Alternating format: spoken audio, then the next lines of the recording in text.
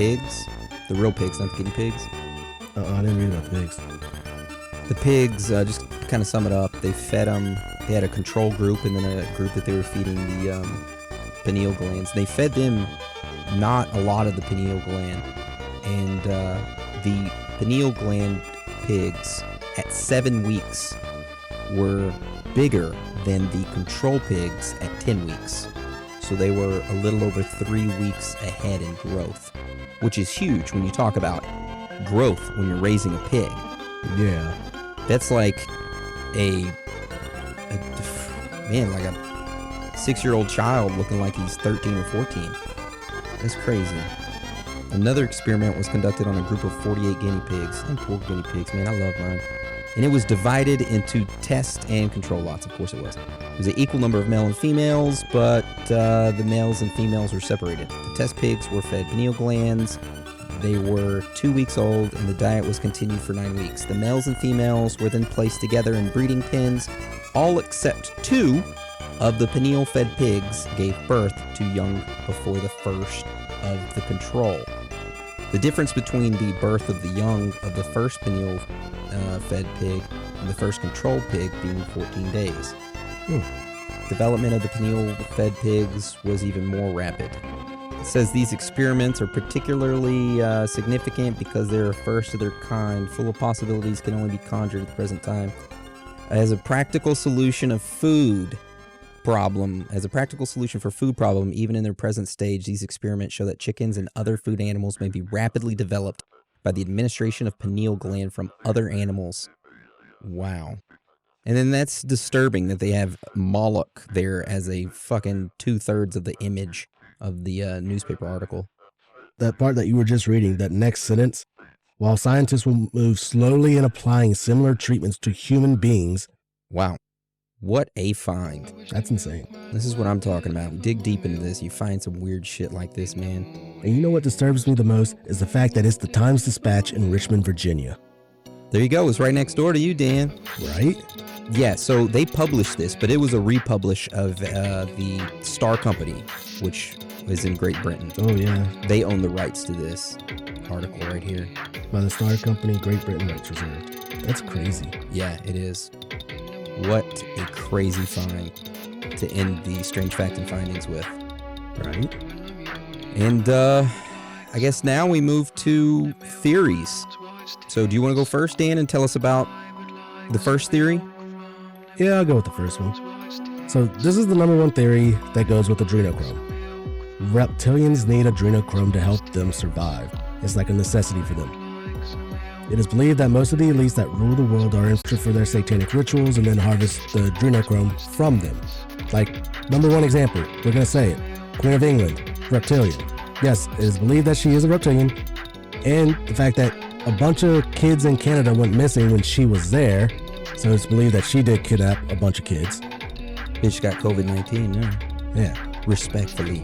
And to add a little bit more fun to this one, just because I thought it was funny, Prince Charles, her son, is supposedly a descendant of Vlad the Impaler, the one known as Dracula. And he supposedly, after he killed his enemies, dipped his bread in the blood of his enemies, which was never actually proven. Man, that's how you get AIDS. Yeah, he was just very brutal, but his name was Vlad Dracula, which Dracula meant dragon, so maybe reptilian? Who knows? Hey, I like that connection, Dan. I like that theory. That's actually really good. Damn. Yeah, it was just fun to think about. Dracula, Vlad the Impaler was actually a reptilian. Maybe all of the big world leaders over a period of time have been, not over a period of time, but all the big world leaders have been reptilians. Maybe Caesar was a reptilian. Did he get stabbed a bunch of times by his own people? Yeah, the own reptilians turned on him. All right, so let's go on to the next theory, is that they do harvest adrenochrome, but it is only a byproduct of what they are really harvesting, which is organs. Now, the true purpose of kidnapping these kids or teenagers is not because of adrenochrome. It is because of them wanting their organs, and their organs are kind of like still healthy, and they haven't been tainted by most of the chemicals and toxins that most of us have to deal with. And they are harvesting their organs, and then terror and fear, of course, happens, and they say, hey, why not? Let's go ahead and get adrenochrome while we're at it. Yeah. I can see it, you know? I mean, wasn't there a market for organs? I mean, there probably still is, right? Yeah, there still is. I did an episode over it. I think it was one of the Theories Thursdays on Patreon, where I talked about organs and people selling them. Like a guy was washing off a frozen corpse in his driveway with a water hose, and the blood was running down into the city sewer. And people are like, what the hell? They called the cops on him. And he was able to do that because people would donate their family members for quote-unquote scientific studies. And it's what they didn't know is that these organizations were just businesses that they were donating their family's body to. And that business was turning around, cutting their family up, their bodies up, and selling their body parts to researchers for certain things. Like one, I think, old lady got her body sold to the army, who then strapped her dead body to like a bomb and blew her up or something, just to see the effect of what a bomb did. That's so messed up. And a warehouse was found with like tons and tons of different body parts. It was a great episode, that one. It was a good episode. Crazy. Super crazy. But yeah, I mean, that one right there, I kind of believe that. Yeah. They do harvest adrenochrome. It's a byproduct. They use adrenochrome as kind of like the wag the dog, like look over here while we're really doing this over here. Yeah. Which kind of brings me to the next theory that we have, is that adrenochrome actually isn't being harvested from children because they can make adrenochrome synthetically. So why would they go through the trouble of kidnapping, sexually torturing, and then killing a child to get adrenochrome? Which I know that some people might actually just do all that stuff just because they're sick individuals, like the elites. Oh yeah. You know, they might just do it just because they want to, but to actually do it for adrenochrome, it's kind of weird because you can get adrenaline and then you just oxidize it, and boom, you have adrenochrome. That's literally it. So they can synthetically make this stuff. Like Wuhan is supposedly either that's natural or is synthetically made, but they're selling it. So why would you have to go through that trouble? Can we make our own adrenochrome out of our own blood? I need you to come over here and scare me when I'm not expecting it, and then have a needle and just draw it out of me. Maybe try. Okay. Hey, if anybody's out there, if anybody out there wants to be a test subject and consume my adrenochrome to see if you grow into a giant, let me know. Send us an email. Love to hear from you. The amount of emails you're gonna get from that. No, please don't send me an email about that. I could kind of see that theory. I mean, but then again, I mean, maybe synthetic adrenochrome is not the same as the true adrenochrome from the children. It's not as good as the fresh adrenochrome. I don't know. All right. So let's go on to the next theory, which is called PSYOPs.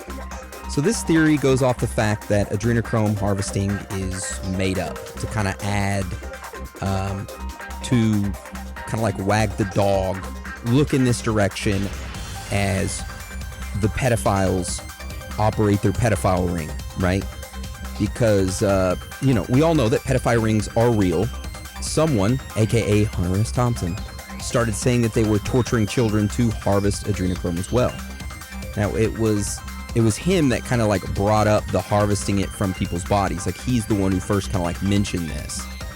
And I mean, going through some of the studies, none of it talked about actually taking it from a person, but more so like synthesizing adrenochrome, right? So maybe this adrenochrome is used as a way to distract you from the true happenings of the pedophile rings that are going on. So when somebody brings up, oh, hey, there's a pedophile ring that takes kids, they automatically associate that with adrenochrome, and they automatically, disregard it as some crazy conspiracy. I think it all revolves around like the QAnon stuff where that person, whoever that is, brought it up, which then just blew it out of proportion. It's like, it made it into like a more of a quack conspiracy about pedophilia. That was one article I read. Do I believe that? I don't know. I don't care, to be honest. All right. Well, I respect that, Dan. Okay. All right. So, why don't you tell us about our next theory? All right. So this next theory is from what someone said on Reddit, which actually kind of had me thinking about it, is that the whole idea of adrenochrome and harvesting came from a game called Resident Evil Survivor that came out in the early 2000s. And this is what the guy on Reddit wrote. Resident Evil Survivor is about a man named Andy Holland who crashes his helicopter onto an island full of zombies. The island is in the hands of the evil Umbrella Corporation, Big Pharma. They are ostensibly a normal company, but in reality they are founded by Oswald Spencer, an aristocratic billionaire he leads, whose main goal is to find the key to eternal life. Jeff Bezos. Andy has to get to the bottom of the hordes of zombies and insane experiments being done on the island and make his way to safety. Now, here's where he said the shit gets weird. During the game, you find out that the island is a giant child trafficking ring. Orphans from all over the world are being kidnapped and sent here because the Umbrella Corporation wants to harvest beta-hetero-non-serotonin, which is a completely made-up chemical, but they're harvesting something from the children. In this game, this chemical can only come from kids. After puberty, you can no longer make it, and it is only produced when they are in a state of absolute fear, so the Umbrella Corp tortures the kids and does surgery with no anesthesia to get it. So he believes that the idea of adrenochrome harvesting came from the game. Then he believes that it was mashed together with Hunter S. Thompson's book Fear and Loathing in Las Vegas, where they do talk about adrenochrome and it must come from a living human. But he's just like, he never really understood why they got put together. So basically he's saying, look, this was completely made up, some fiction thing that was made up and blown out of proportion. Yep. People are just trying to put an explanation to why so many kids go missing. There's so much weird shit that we don't know about. This is a good theory behind it, and it's super weird, this Resident Evil Survivor game. Like this video game right here, even though Resident Evil is a very popular game, this one copy of this game, well, not one copy, but this series in the game wasn't very popular at all. I played it a little bit. Did you? A little bit. I never played it. I never even heard of this one. Well, that's a weird theory. I just thought it was interesting just because of how the last part of it actually kind of fits in. Yeah, it does, almost to a T. So, the last kind of like theory we're going to talk about comes from an article, and its website is facebook.com/wakeupandgetaactive.files.wordpress.com/2018/05/adrenochrome blood sacrifice expose 4. Holy shit. And we'll have a link to that. I hope so. It says consciousness aware for all, and it talks about adrenochrome and the blood sacrifice exposed. And it's a 2014 article, and it says whether human or animal, the blood sacrifice has long been a part of rituals for many civilizations, past and present here on Earth. From the Mayans to the Egyptians, from the Jews to the Muslims, from the Aztecs to the Chinese, from the Zulu to the Greeks, virtually all civilizations have taken part in this ritual. But why? Why do human beings feel the need that they can benefit from taking another life of a human? So it goes on to state that, blood sacrifices are supposedly performed to gain favor in the eyes of some deity, in the coming year. Some are done as punishment for evil deeds. But they go on to say that they have discovered another reason for this blood sacrifice is for the extraction and collection of adrenochrome. And then they go on to talk about adrenochrome and what makes it so valuable. And it asks, who would want adrenochrome? We've talked about the elites and stuff.